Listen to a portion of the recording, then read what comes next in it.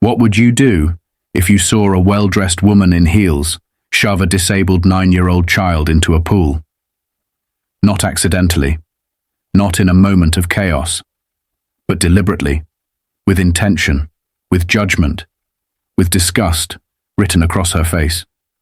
That's not a hypothetical. That happened. And not in some neglected corner of the world. It happened on a gleaming pool deck in one of the most pristine, meticulously managed neighborhoods in Northern Virginia. And the child she shoved was my daughter. It was a scorching July afternoon, the kind where the air is thick and the sun doesn't just shine.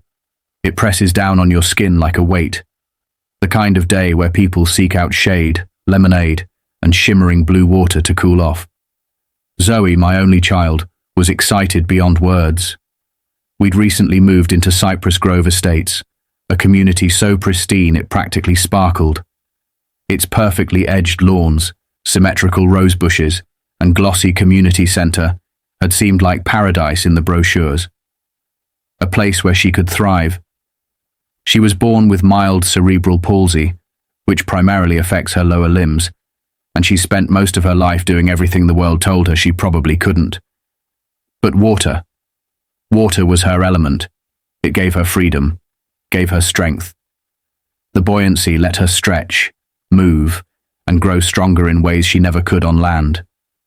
Her doctor prescribed aquatic therapy 3 times a week, so when the chance came to move closer to my new post in DC, as a civil rights enforcement director at the Department of Justice, we chose Cypress Grove for its state-of-the-art aquatic facilities and accessibility-friendly layout.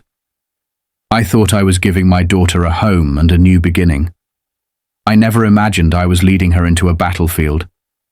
That day was supposed to be a celebration, the grand opening of the aquatic complex. Music played. Neighbors gathered. Decorations arched over the gates in pastel-colored fanfare. There were fresh fruit platters, champagne flutes, and curated smiles. Zoe adjusted her braces and forearm crutches with practiced precision. Her purple crutches matched her swimsuit, a detail she insisted on. She's a bright spark like that. She's only 9, but she's got the resilience of someone 10 times her age. She doesn't walk, she conquers. And on that day, she was glowing. We arrived early. I remember inhaling that strange mix of chlorine and floral gardens, spotting a few familiar faces among the crowd. Some nodded politely. Some glanced away, uncertain how to react to a child walking with crutches. It's never overt hostility, just a flicker of discomfort, a question behind the eyes they're too polite to ask out loud. But not everyone was like that. One of the first neighbors we met was Rebecca Washington, a retired civil rights attorney. Warm, sharp, and protective. She lived next door and had welcomed us with homemade empanadas on our first evening.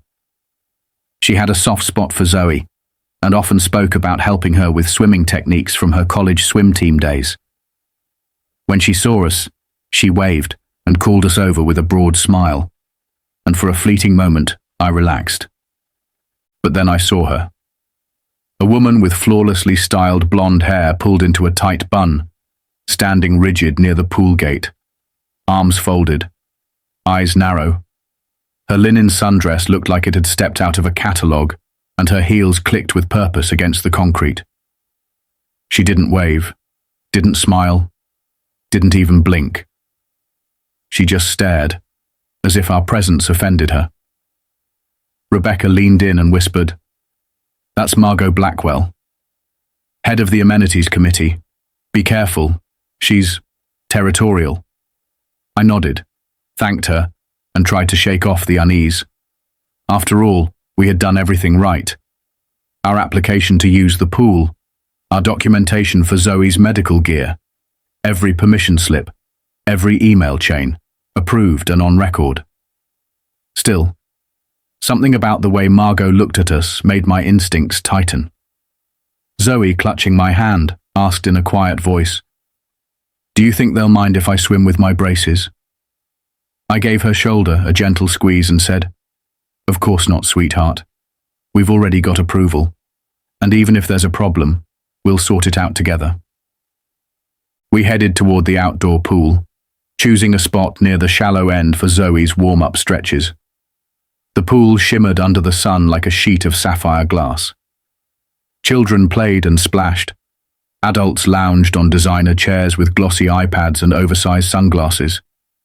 A few glanced at Zoe, some curious, some cautious.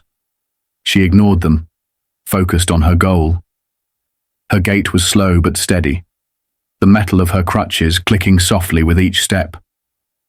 Just as we approached the water, a voice cut through the air, sharp, clipped, and cold. "Excuse me, I don't believe that equipment is allowed in the pool area." We turned. Margot stood just a few feet away, arms crossed, expression taut with disapproval. Her voice was measured, but laced with accusation. Her gaze didn't land on me. It drilled into my daughter's crutches like they were weapons. I stepped forward calmly. "These are medical mobility aids," I said. "Approved by the HOA office. My daughter needs them to move safely." Margot's lips thinned into a line so tight it could cut glass. "I'm not aware of any such approval," she said. "And even if it exists, these devices could damage the deck. We have standards. For safety, we usually restrict outside equipment." I felt Zoe's grip on my arm tighten. Her face turned pink. She hated being the reason a crowd formed. Rebecca hovered nearby, clearly sensing this was escalating. I replied evenly, "They're made of non-marking materials. And more importantly, under the Americans with Disabilities Act, medical devices must be accommodated. We submitted everything. I assure you, it's in your records." But Margot wasn't interested in facts. "I chair the amenities committee," she said, "and this pool isn't the place for—" She paused, waving vaguely at Zoe. "Special modifications. We spent a fortune on this new deck. Perhaps the therapy pool inside would be better suited for her condition." Her words weren't just offensive, they were venomous. Her condition. Like it was a stain. Like it needed to be hidden. Zoe looked at me. Her eyes said everything. Hurt, embarrassment, doubt. I leaned down and whispered, "Go ahead, Zoe. Start your stretches. I'll talk to her." She nodded and began moving carefully toward the steps. But Margot stepped in front of her, blocked her path. "I'm afraid that's not an option," she said flatly. "The guidelines prohibit that equipment right now." I took a deep breath and steadied myself. "If you continue to block my daughter's access to this facility, you are committing a clear act of discrimination." Margot gave a dry laugh. "Discrimination? Don't be dramatic. I'm enforcing community standards. We don't want any unfortunate incidents or anything that might lower property values." That was the moment something snapped inside me. Not rage, not fury, but resolve. "You're wrong about the law," I said, "and you're wrong about morality." Others had gathered by now, some curious, some quietly recording. I caught sight of Rebecca's phone, subtly held at chest level. Zoe looked up at Margot, trying to edge around her. "I just want to do my stretches," she whispered. And that's when it happened. Margot reached out and grabbed one of the crutches, just near the grip. Zoe jerked back instinctively. Her balance shifted. The tile was wet. And in that split second, everything unraveled. Zoe's foot slipped. Margot, still holding the crutch, pulled unintentionally. My daughter's eyes widened in shock. She cried out as her body tilted, and she plunged into the water with a splash that silenced the crowd. For a moment, the world froze. Then chaos. I lunged to the pool's edge, heart pounding, adrenaline surging. She surfaced, sputtering and gasping, hair plastered to her face, eyes filled with confusion and fear. And then, from above, Margot's voice rang out again. "See?" she snapped. "This is why I'm concerned. These contraptions are dangerous." What was dangerous wasn't the crutches. It was her.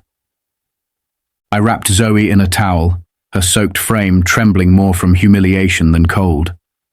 Her small hands gripped my shirt as I lifted her from the pool's edge, water dripping from her hair in streams, her braces lying abandoned near the scene like forgotten armor. Around us, the party atmosphere had evaporated. The music was still playing somewhere in the background, but no one was listening. Conversations had stilled. People stared, some in shock, others in awkward silence, trying to make sense of what they had just witnessed. And Margot, still standing tall in her heels, arms now akimbo, had the audacity to defend herself. "If she's going to bring in medical devices, we need official scheduled times," she said, her voice laced with indignation as if she had been the one wronged. Then came the words that sliced through me like ice. "Otherwise, it disrupts the regular residents." That phrase, regular residents, stung more than any physical shove could. Zoe heard it too. I saw the way her shoulders dropped, her lower lip beginning to quiver, her confidence draining with every word Margot uttered. I turned to face the woman, my tone measured, but my jaw clenched with fury. "You have no idea what you've just done," I said. "You physically assaulted a child with a disability. That's not only morally reprehensible, it's a violation of federal law."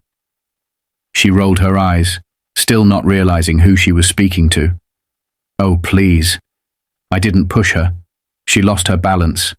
I was simply enforcing the rules. If anything, her equipment caused the accident. And this pool, this deck, was just renovated. We can't risk damage or lawsuits. A man from the crowd, someone I hadn't seen before, stepped forward. "That's enough, Margot," he said. "You could have seriously hurt her." But she waved him off, insisting she was only doing her job. That's when I let her know who I was, what I did. I looked her square in the eye and said, "I'm a federal civil rights enforcement director with the Department of Justice. I oversee national compliance with ADA and anti-discrimination laws. You are obstructing a disabled child's right to public accommodations. You are in violation of multiple statutes. And if you don't return my daughter's mobility aids this moment, you will be held personally liable." That was when her facade cracked, just slightly. Her jaw twitched. Her voice faltered as she tried to compose a response. "This is all being blown out of proportion," she said, but the tremor in her tone betrayed her confidence. With a jerk, she shoved the crutches toward me like they were something filthy. I caught them, gently placed them beside Zoe, and knelt next to her. "You did nothing wrong," I told her, brushing a wet curl from her face. "Nothing at all." She nodded, trying to be brave, but her eyes brimmed with tears she wouldn't let fall. People were beginning to whisper. Some approached with murmurs of sympathy. Rebecca stepped closer, quietly letting me know she had witnessed everything and would back us up however needed. That evening, after I got Zoe home, dried and comforted, I opened my laptop and wrote the most precise and unflinching email I've ever written. Addressed to the entire HOA board, I outlined the incident, cited specific ADA provisions, referenced the Fair Housing Act, and demanded an emergency meeting.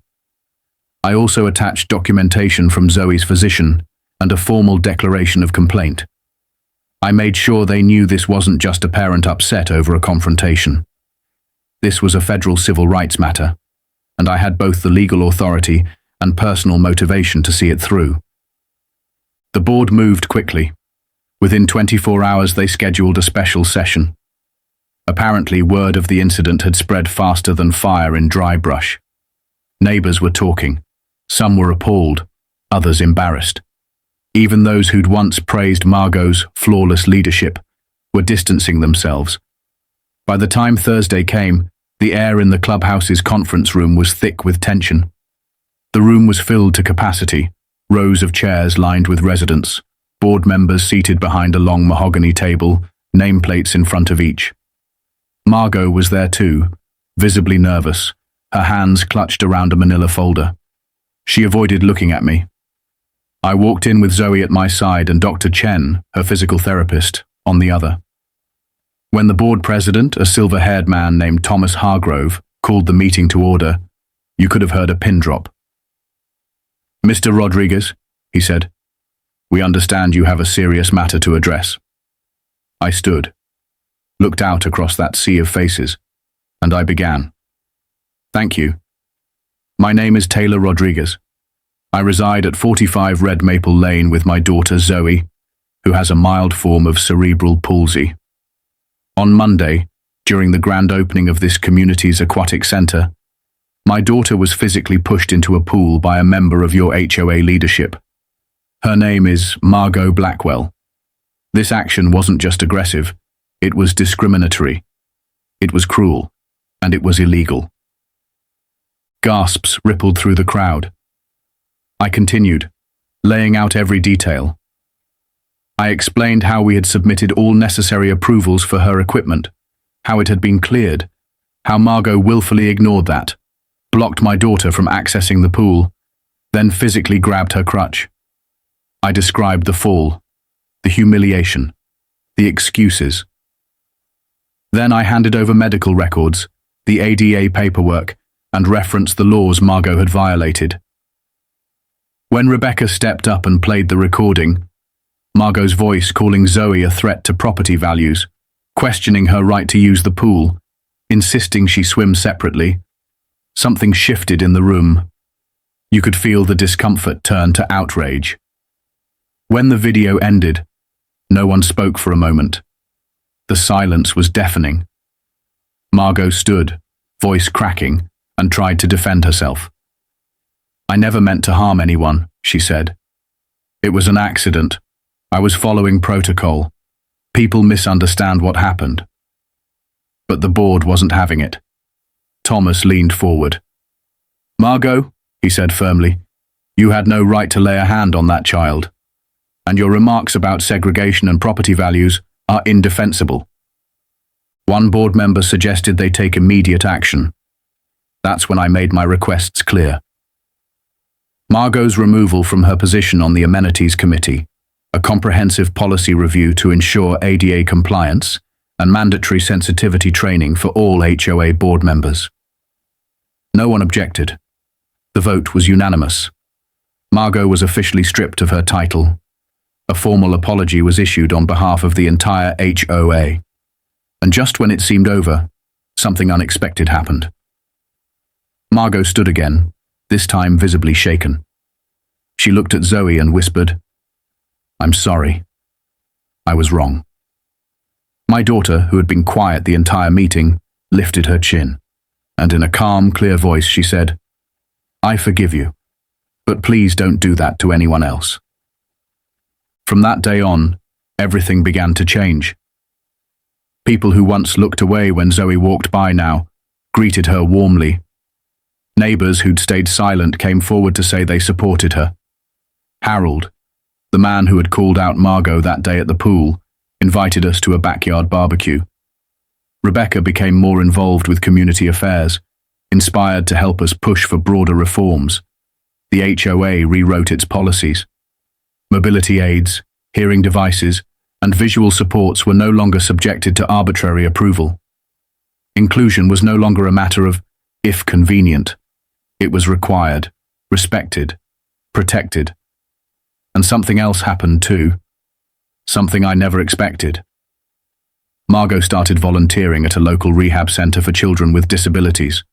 Whether it was penance or genuine transformation, I can't say for sure. But she showed up. She worked. She learned. Zoe didn't just recover. She flourished. Her confidence returned with every swim. And when the board created the Accessibility and Inclusion Task Force, she asked to join. 9 years old. First-hand experience. A powerful voice. And they said yes. Now she advises the committee on improvements, like tactile indicators, non-slip handrails, and inclusive swim nights. Her ideas are shaping policy. Her bravery is shaping a community. Sometimes when we walk past the pool, she points to the corner where it all happened and says, "That's where we started changing everything." And she's right. I'm often asked if I regret moving here. After everything that unfolded, after the pain Zoe endured, would I do it all again? And my answer is always the same. Yes. Because real communities aren't built on perfection. They're forged in moments of conflict, of clarity, of courage. Zoe and I didn't just demand respect. We helped reshape what respect means in this place.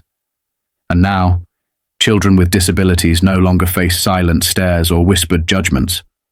They are welcomed, empowered, and thanks to one unforgettable afternoon by the pool, they will never have to fight alone.